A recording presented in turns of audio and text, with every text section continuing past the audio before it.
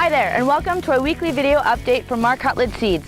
In this week's video, we're going to speak about critical nodulation information for this stage of your soybeans, as well as some heat and precipitation accumulation in this area. Behind me is a field of P006 T46R soybeans. These soybeans have started to produce pods and are now entering the R3 stage. It is critical at this point for each soybean to have at least 10 nodules that are actively fixing nitrogen, according to Manitoba Pulse growers. Did you know that you need approximately 5 pounds of nitrogen to produce 1 bushel of soybeans?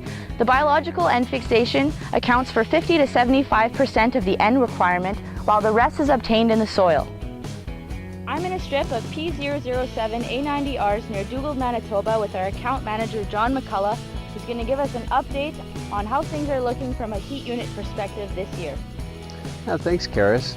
So when I dug into some of the local weather station data for this area and looked at the heat unit accumulation between sort of that May 5th time frame to July 19th, where we are at today, overall we're tracking about 200 heat units behind where we were at last year.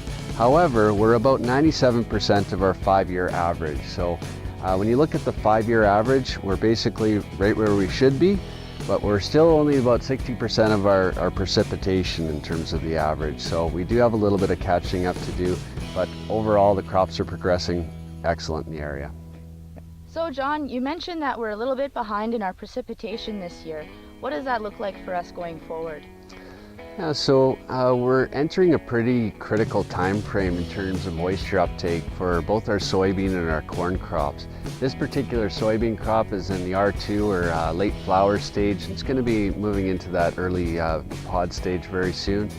Our corn in the area is approaching the tassel and silking stages, and both of these reproductive stages in our corn and soybeans are critical because the plants are uptaking up to 1/3 of an inch of moisture per day.